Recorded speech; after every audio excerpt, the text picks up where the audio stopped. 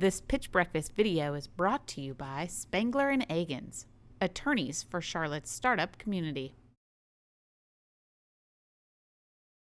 Good morning, I'm Sheena Allen. I'm the CEO and founder of CapWay. There are 3 billion people in this world who either do not have a bank account, is underbanked, or working paycheck to paycheck. Those people are called financially underserved. And that is attributed to generational mistrust in banking, lack of financial literacy, or the increase in banking deserts, with over 10,000 branches closing since 2008. As a result, I created CapWay. CapWay is a mobile-first platform that I call a two-sided coin. One side being financial education, the other side being financial services. What we offer right now is our financial education side. And the way that it works is we give daily content, which includes videos, polls, short articles, money facts. But we also have programs, and our programs are in partnerships with schools, community-based organizations, employers, and other financial institutions. With our partnerships, not only are they part of our revenue stream, but they're also key to our customer acquisition strategy. The other side, which is our financial services, we will start to offer starting next year.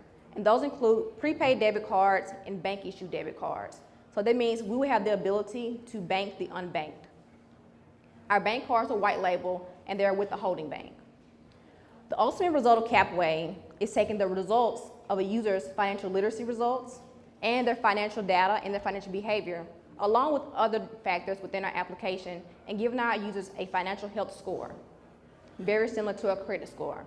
We break down their financial health score so they know all their problematic areas. Through using lead generation and referrals, which is another revenue stream for us, we actually help our users in becoming financially healthy. Where we are now, we're currently in beta. We just signed our first partnership with the University of Southern Mississippi, which has given us access to their 15,000 students. And why are we the team to actually solve this problem after so many other banks and startups have failed at it? Me and my co-founder are actually both from the state of Mississippi, which has the highest population of unbanked, underbanked residents. So not only do we actually understand the problem, but we actually understand the people with the problem.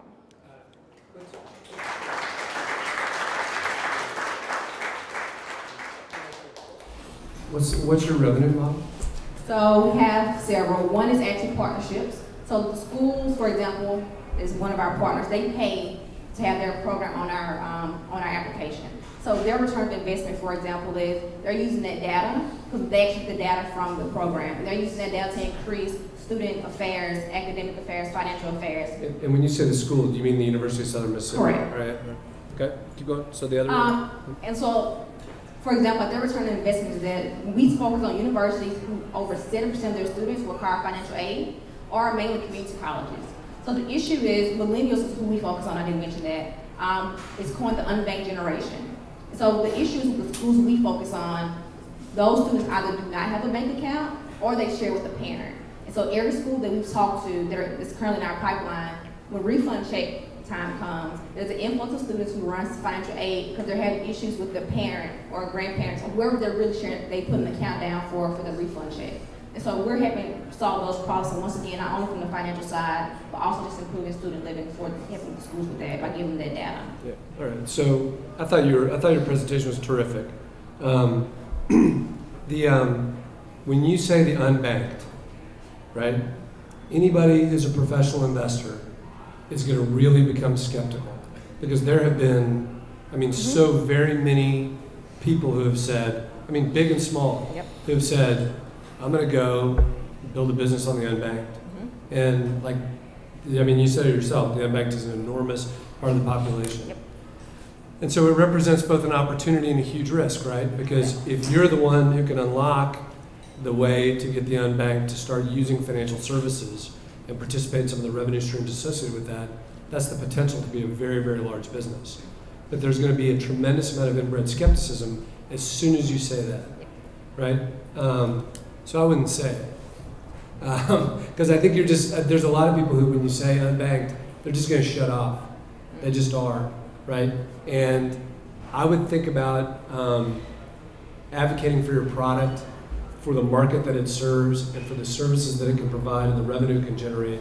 And I wouldn't I wouldn't go tar myself with that specific label, because it's a graveyard. I mean, there's a million people who have tried and they've all failed, right? And so maybe you're the one. I mean, I don't know. But, there's a lot of experience that suggests that you might not be, right? But your pitch was good. Now Lister's going to disagree with me. Yeah. But I would put it in a little different way. I don't know whether you should say that or not. But I think it takes a little guts to say it. I would put more emphasis on the other aspect of it, which is how, if you're going to tackle that problem, what is unique about your solution? You have to convince people that your solution is better than all of the other solutions that have been presented, which is a tough problem, a tough hurdle. Yeah. And financial health score, that was good. I thought that was pretty solid. Yeah. So when you talked, you started with your market. This is the unbanked, 3 billion people. Then you say, this is the solution. You didn't really talk about the problem. I mean, the 3 billion people that are unbanked is the market. That's not really the problem.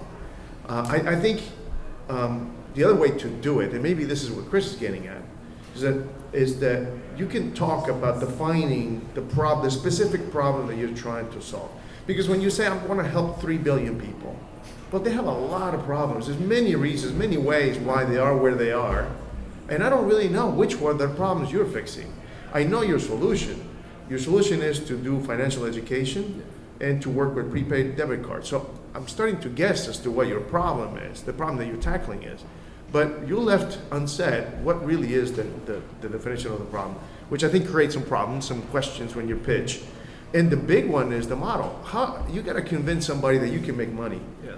If that's your goal. I mean, maybe you're pitching this to get a grant. And maybe it doesn't. Okay, great.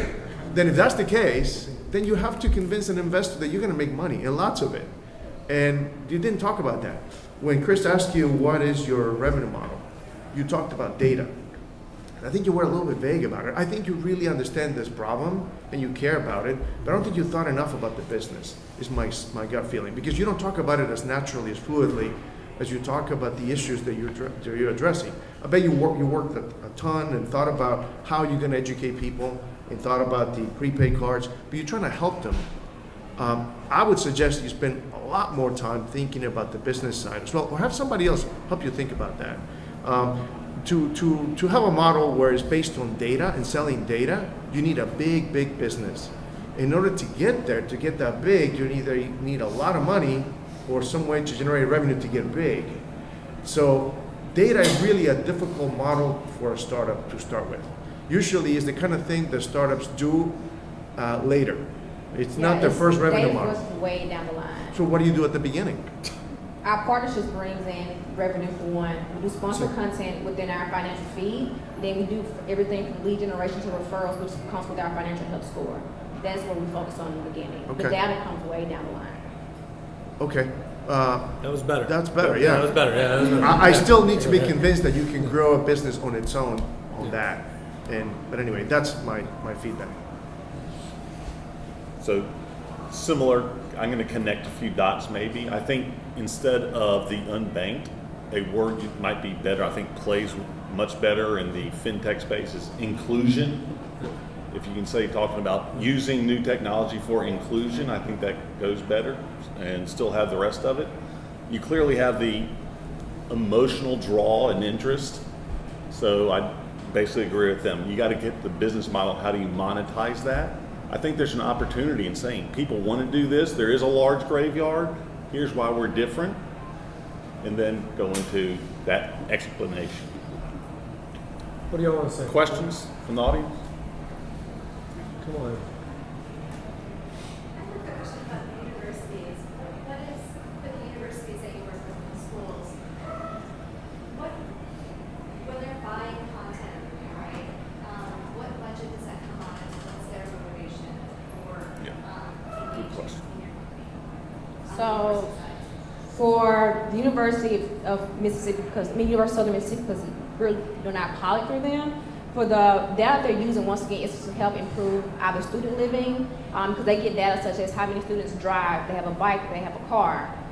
If they do have a bank account, they don't have a bank account. Do they actually understand how much money they are spending at the university? If they are in student loan debt, they have Pell Grants, scholarships. So we help in financial aid in that point and also student affairs.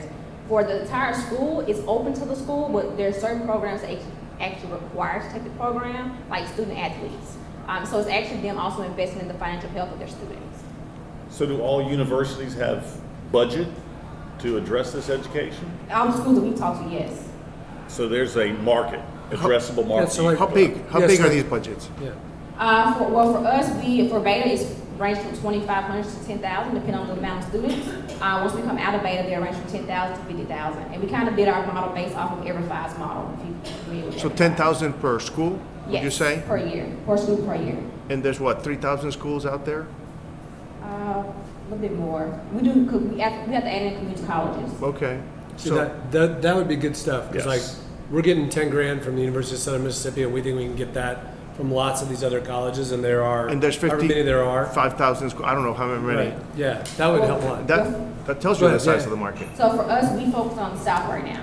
So in the South, on every state, they average about 12 to 20 community colleges, which is who we actually focus on. And every, No, go you, ahead. go ahead, go ahead. Keep and going. every state is different, but every state in the South, which is once again who we focus on, they range from 3 to 10 universities. So like Mississippi actually has 10 universities. The other problem you have to convince people of is that you have something that you're gonna have to compete with other people for that $10,000 bucks. Mm-hmm. You're not the only one educating people on financial literacy. Right. So, what is your hook? Why is it that Mississippi wants to work with you, other than the fact that you did you say you went there? I went to the University of Southern Mississippi, yeah. So that's easy to say. Well, I went there, so I know people, but you have to convince why is it that your solution is going to attract them as well as every other school out there. You use the word mobile first, and I think this is a great situation where having a demonstration, it would be very useful to develop. In our slides, we do. So She's that's not okay. allowed to, so. So Yeah, you she do. can. You have a minimal viable product that you can show demonstration for. I think that will really help This was good. the next question.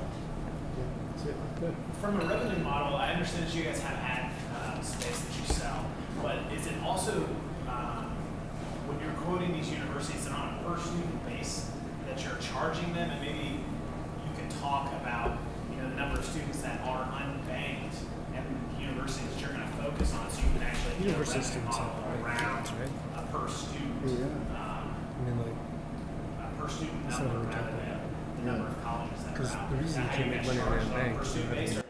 Yeah, it's based off how many students. So for example, like our lowest package is if you have less than 2,500 students. So it kind of goes based off that. And the schools that we focus on, mainly the South, is mainly community colleges. But even from there, we go back to research that's been done by like other universities where we know a lot of those students are coming from rural areas, inner cities, places like there are banking deserts. So we really focus on those schools first.